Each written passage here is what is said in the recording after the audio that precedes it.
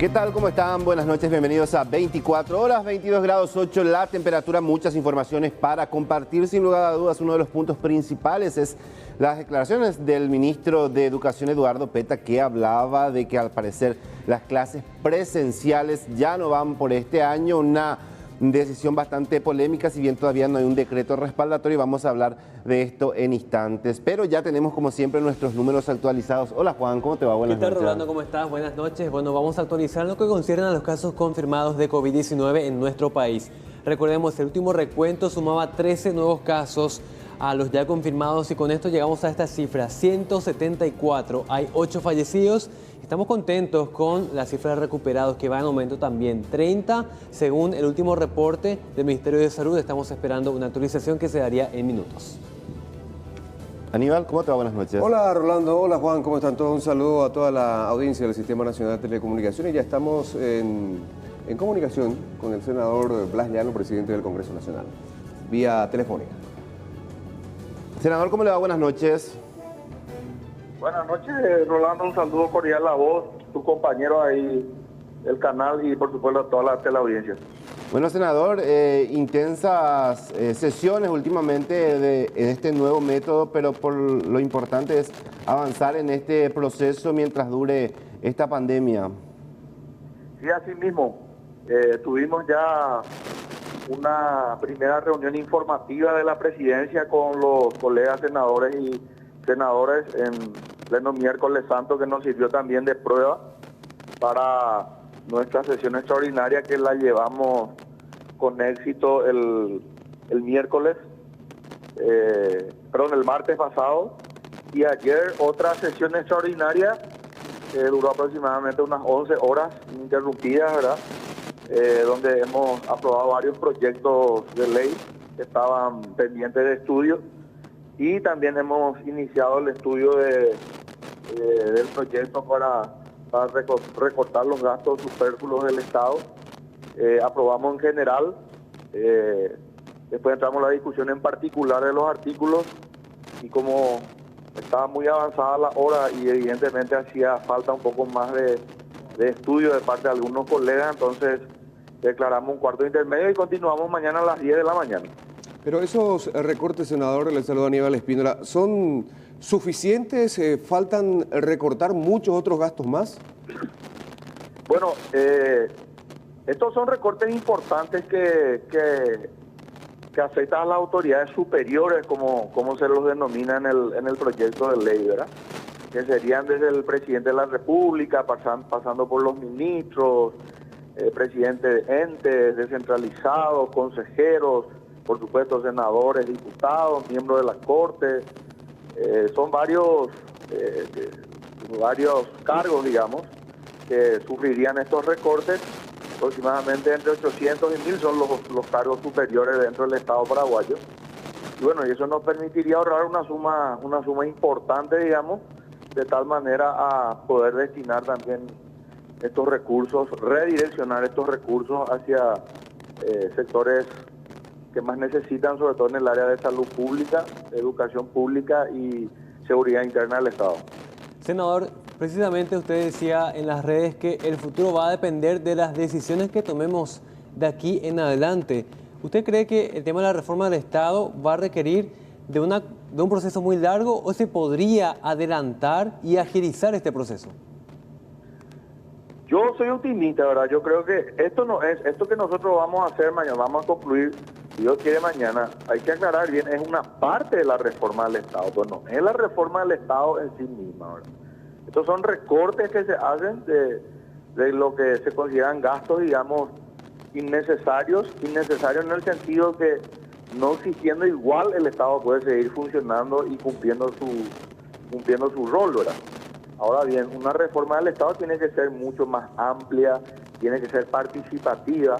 Yo, por ejemplo, he participado de una primera reunión en el Banco Central del Paraguay, luego de una reunión vía teleconferencia también con el vicepresidente de la República, el ministro de Hacienda y el vicepresidente segundo de la Cámara de Diputados, pero a mi criterio no es conveniente que sea una reforma que se dé entre cuatro paredes y solamente estando involucrados, digamos, 3 o 4 personas, debería ser mucho más amplio, y que como consecuencia del debate, como consecuencia de la participación de distintos sectores de la sociedad, el sector empresarial, el sector obrero, campesino, estudiantes secundarios, universitarios, en fin, otros sectores organizados de la sociedad civil, el resultado de todo ese debate y esa socialización del tema, lleguemos a un nuevo contrato social, a un pacto social, digamos,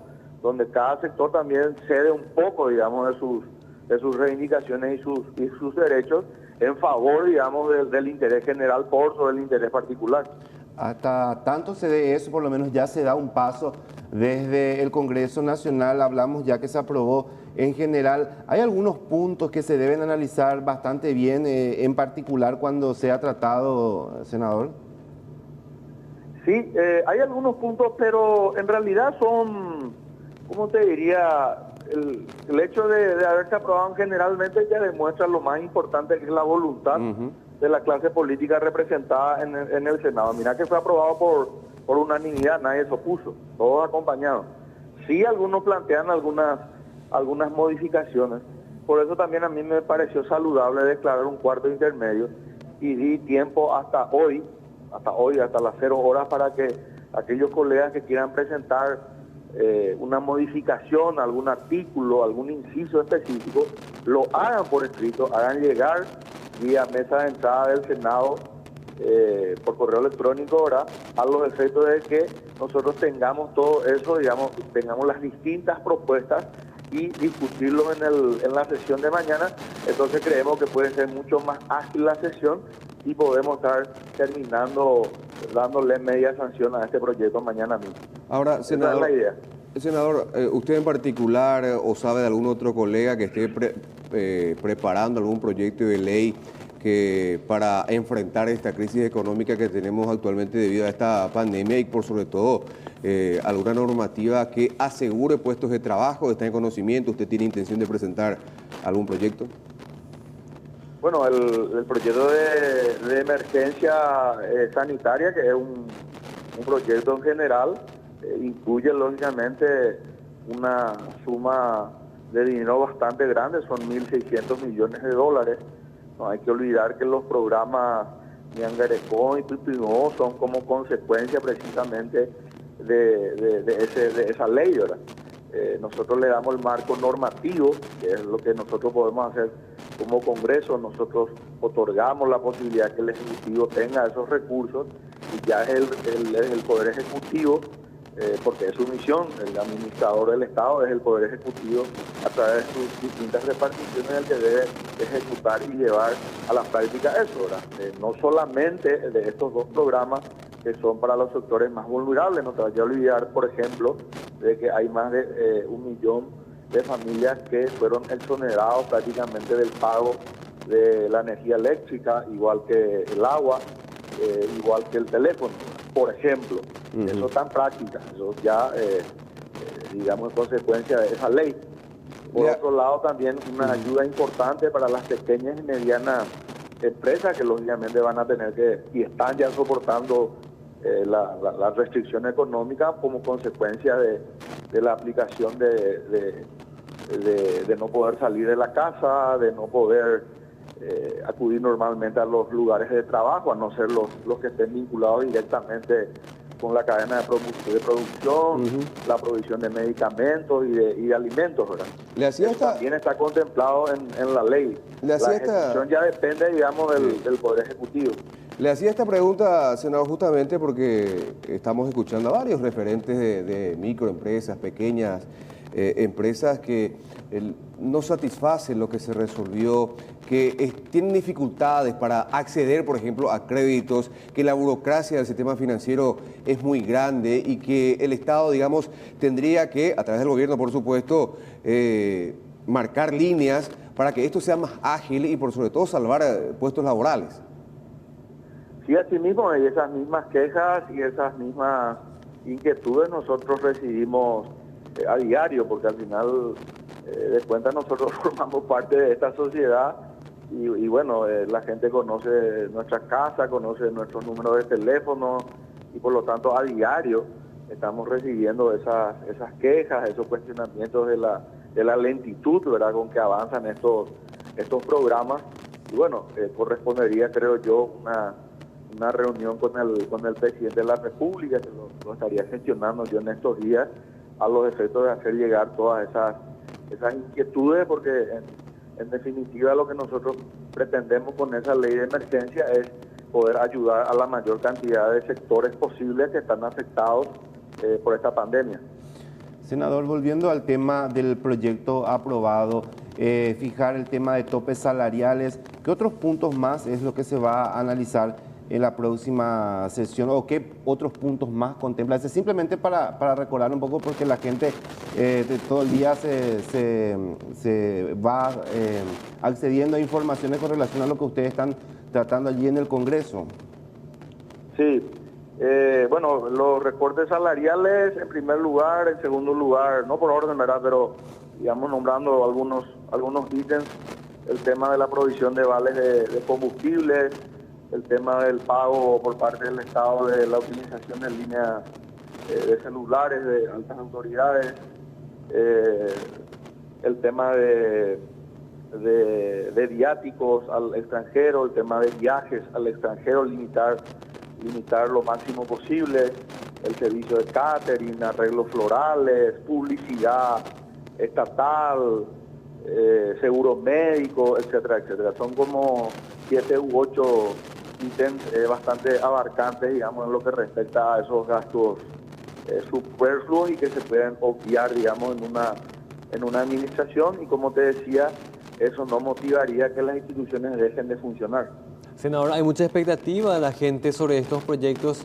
Por el lado de los parlamentarios, por lo menos, ¿hay consenso entre las bancadas hasta el momento? Sí, como te decía, la aprobación en general con modificaciones ayer se dio por unanimidad de todas las bancadas. Por supuesto, te imaginarás, estamos como 8 bancadas.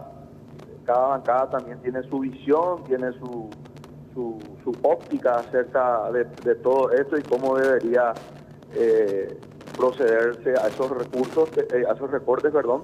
Pero en general todos están de acuerdo. Bueno, por último, si es que en diputado eventualmente esto se rechaza y vuelve a la Cámara de Senadores, ¿se tiene igualmente los votos suficientes para ratificar esto, no? Eso yo no te puedo afirmar, ¿verdad? Pero yo creo que por lo menos por la voluntad expresada ayer te diría que sí.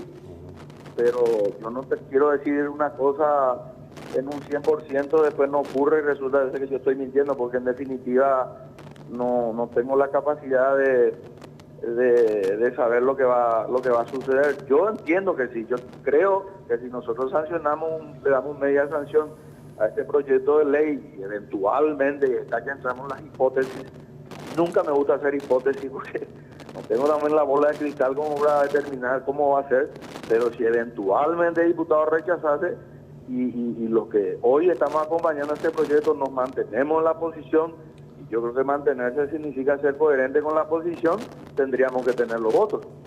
Perfecto. Senador, una consulta que ya escapa de esto, ¿verdad? Estaban todos en cuarentena, ¿ya se hicieron la segunda prueba que estaba prevista? Justamente hoy, te agradezco la pregunta.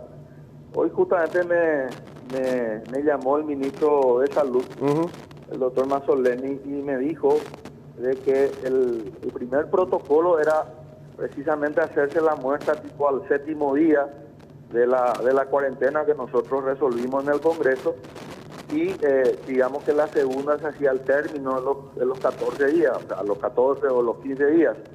Ese era un primer protocolo. Aparentemente hubo una pequeña modificación. El protocolo que sigue ahora el Ministerio de Salud es hacerse la primera prueba, digamos, el día 7 de los 14, y si uno no presenta síntomas, si le da negativo, desde ese día 7 hasta el 14, 15, si uno no tiene síntomas, entonces ya no hace falta una segunda prueba. Si uno tiene síntomas, sí es absolutamente recomendable y aconsejable, lógicamente, hacerse la segunda prueba. Y hay un protocolo del Ministerio de Salud que también hemos recibido de parte de ellos, que yo he socializado ya con todo, no solamente con los senadores y senadoras, sino también con el funcionariado que estuvo con nosotros esa sesión del miércoles 1 de abril, y también con algunos colegas de ustedes que estuvieron cubriendo esa sesión. Bueno, perfecto, senador, le agradecemos muchísimo su tiempo, pendiente también entonces lo que se viene en los próximos días allí en el Congreso. Muchas gracias y buenas noches. Buenas noches, a las órdenes, y un saludo nuevamente a la audiencia.